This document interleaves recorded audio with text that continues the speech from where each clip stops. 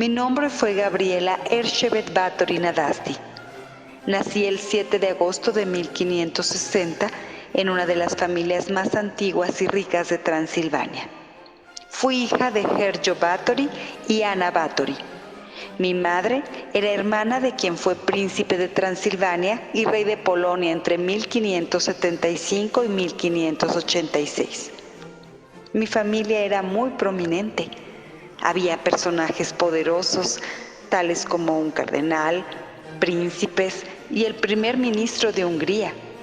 Pero también tenía parientes notables por otras causas, como un tío adorador de Satán, mi tía Clara, que era bruja, bisexual, sadomasoquista y solía disciplinar a su servidumbre, por no mencionar a mi antepasado Vlad III Draculae, el empalador. Lo que hoy se diría una sarta de desquiciados, pero ninguno tan notable como yo. Nací en Irvator y pasé mi infancia en el castillo de Exed. Cuando tenía 4 o 5 años, sufría de violentas convulsiones, parecidas a las provocadas por la epilepsia, así como de fuertes migrañas. En general fui una niña buena, estudiosa, dulce. Me preparaba cabalmente para ocupar mi puesto entre la nobleza de Transilvania. No tenía un especial interés en presenciar las habituales ejecuciones de delincuentes y traidores que se llevaban a cabo frente al castillo, excepto por aquella vez. Ese gitano fue acusado de vender a su hija a los turcos. Su castigo consistió en lo siguiente: un caballo fue abierto en canal. El hombre fue obligado a meter la cabeza entre las tripas del animal, el cual fue cocido y azuzado para que corriera con el hombre dentro. Dicha visión me provocó un placer infinito. Fascinada ante tal hecho, comencé a visualizar y presenciar continuamente las ejecuciones públicas. Poco tiempo después, a los 11 años, fui prometida en matrimonio al conde Ferenc Nadasdy, que me doblaba la edad. Un año después me enviaron a vivir en el castillo de los Nadasdy. Nunca me llevé bien con mi suegra, Úrsula, matriarca del clan. A los 13 años quedé embarazada de uno de mis sirvientes, por lo que fue castrado y arrojado a los perros. A mí me enviaron a otro remoto castillo familiar a parir. Allí di luz en 1574 a la única hija que llevaba mi apellido, Anastasia Báthory. A los 15 años, en 1575, me casé con mi prometido Ferenc, que entonces tenía 26 años. La ceremonia tuvo lugar con gran lujo en el castillo de Vara. Mi esposo la mayor parte del tiempo estaba combatiendo en alguna de las muchas guerras de la zona, por lo cual lo llamaron el Caballero Negro de Hungría. Durante esos periodos de soledad, un sirviente del castillo, llamado Torco, me introdujo a las artes ocultistas. También pasaba largas temporadas en casa de mi tía Clara, de quien ya mencioné su gusto por la brujería y el placer carnal. Nosotras teníamos muchas libertades, tanto que me ausenté algún tiempo con un extranjero. Pero cuando mi marido regresó de una de sus batallas, me buscó y volví a su lado. Poco a poco salió mi verdadera personalidad sin límite alguno. Cuando regresé, comencé a torturar a las muchachas de la servidumbre con cualquier excusa. Me ayudaban mis sirvientes Torco y 2 brujas de la zona llamadas Dárbula y Dorotia, mujer de gran tamaño y poderío físico. Las hacía colgar de los tobillos y les propinaba palizas con un pesado bastón. Les colocaba púas en los labios, en la vulva, las quemaba con antorchas o las hacía salir desnudas a la nieve empapadas de agua en invierno o llenas de miel en pleno verano para que las atacasen los grandes insectos de la zona. Pero cuando se trataba de disciplinar a un varón, delegaba la labor al leal Torco, quien sacaba la piel del desdichado a tiras con un látigo de puntas de hueso. tenían que mostrar absoluta sumisión y aceptación del castigo. Yo poseía unas inquietantes alicates de plata diseñadas especialmente para mí, con las que disfrutaba arrancar las uñas de mis castigados. Era una práctica común torturar siervos por sus errores, pero yo me ensañé con las muchachas más jóvenes. Recuerdo una chica que hablaba mucho, hice que le cosieran la boca. Otra comparó sus senos y los míos, creyendo que no me enteraría. La mandé colgar de los mismos durante una semana. Después de descolgarla, hubo que amputárselos. A otra, por coqueta, la obligué a sentarse en una parrilla al rojo vivo. Mi suegra Úrsula protegía a algunas de las chicas, castigándolas ella misma con 50 bastonazos, pero sin mi sadismo. Mi esposo y yo casi no nos veíamos debido a sus actividades guerreras, así que no fue hasta 1585, 10 años después de nuestro matrimonio, cuando tuve a mi primera hija legítima, Ana Nadasdy. En los 9 años siguientes di también a luz a Caterina y 2 niños que murieron en la infancia, Úrsula y Miklos. Finalmente, en 1598, alumbré a mi único hijo superviviente, Pablo. A pesar de todo, fui una buena madre, cariñosa. En la gélida mañana del 4 de enero de 1604, el caballero negro de Hungría, mi esposo, murió de súbita enfermedad durante una de sus batallas y me quedé viuda. Tenía 44 años. Fue cuando tuve la oportunidad de correr a Úrsula, mi suegra, junto con el resto de la parentela Nadasdy. Las muchachas a las que ella protegía fueron llevadas a los sótanos y allí recibieron por fin los castigos que se merecían. Chillaron como cerdos durante una semana. Yo hacía rituales de hechicería, donde se sacrificaban caballos y otros animales. Yo era una mujer de 44 años. Me acercaba peligrosamente a la ancianidad. Por otra parte, los múltiples partos me habían estropeado el cuerpo. La vejez y la fealdad me aterrorizaban y obsesionaban. Pero un día sucedió algo maravilloso. Una de mis sirvientas adolescentes me dio un involuntario jalón de cabello mientras me peinaba. Le reventé la nariz de un fuerte bofetón. Pero entonces su sangre salpicó mi piel y donde había salpicado, desaparecían mis arrugas. Mi piel recuperaba su lozanía juvenil.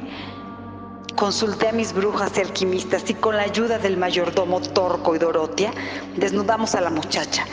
Le hicimos un profundo corte en el cuello y llenamos un recipiente con su sangre.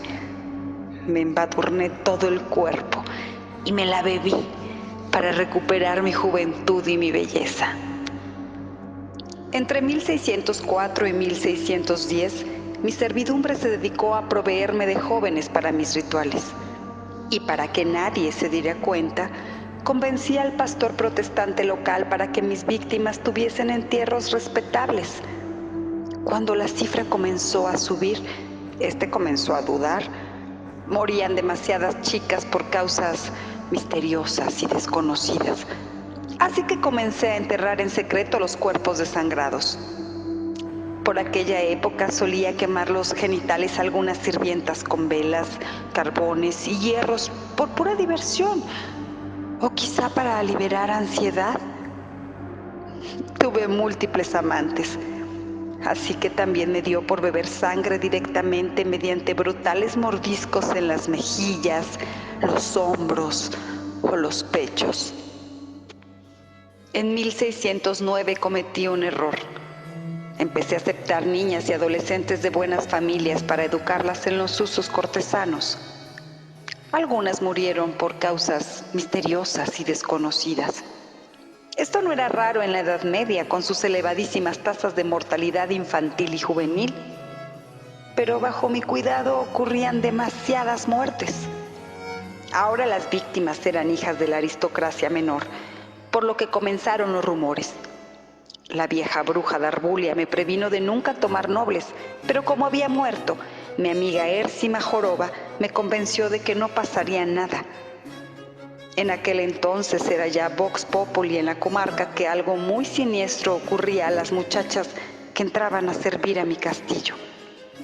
Empezamos a ocultar muchos cuerpos en lugares peligrosamente insensatos, como campos cercanos, silos de grano, el río que corría bajo el castillo, incluso el jardín de verduras de la cocina. Era un frenesí, una orgía de sangre y poder.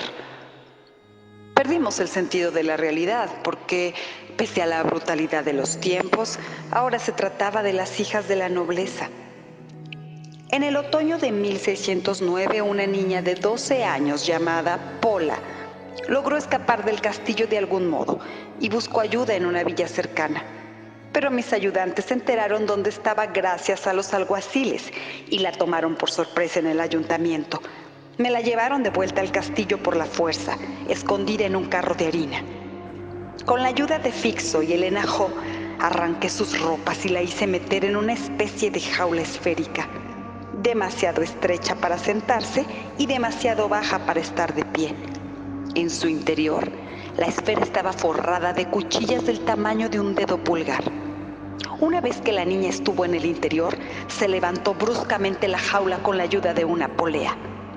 Pola intentó evitar cortarse con las cuchillas, pero Fixo manipulaba las cuerdas de tal modo que la jaula se balancease de un lado a un lado, mientras que desde abajo Elena Jo la punzaba con un largo pincho para que se retorciera de dolor.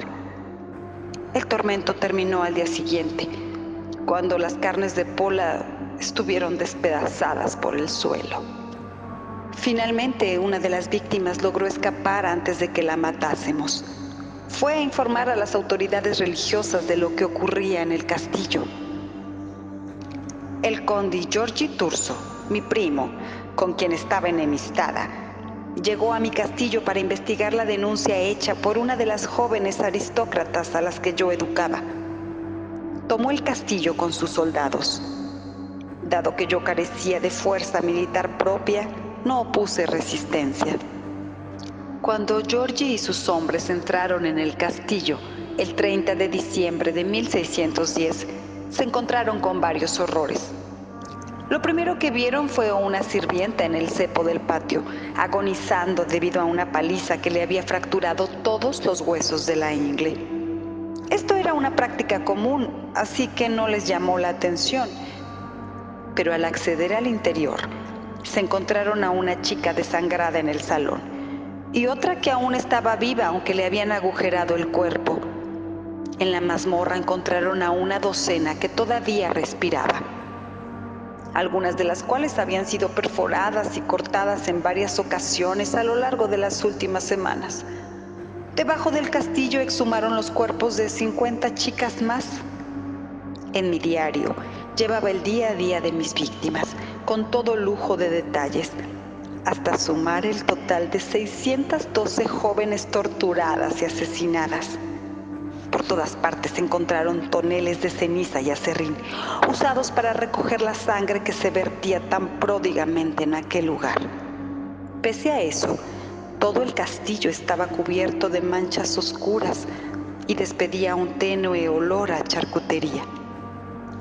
En 1612 se inició un juicio en mi contra. Me negué a declararme inocente o culpable y no comparecí, acogiéndome a mis derechos nobiliarios. Mis colaboradores sí tuvieron que testificar.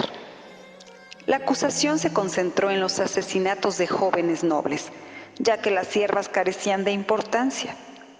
En el juicio se supo que la mayoría de las chicas fueron torturadas durante semanas e incluso meses, que las cortábamos con tijeras, las perforábamos con gruesas agujas, las azotábamos con látigos cuyas puntas terminaban en ganchos y cuchillas, e incluso con hierros candentes. Todo esto para que yo tomara el refrigerio de sangre varias veces al día, también para recibir una ducha sangrienta cada semana como mínimo. ¿Pero esto era para rejuvenecer? Ocasionalmente también comía su carne. Puede que algunas veces me diera también algún baño, Pero llenar una bañera requería de la sangre de demasiadas víctimas, así que fue algo excepcional.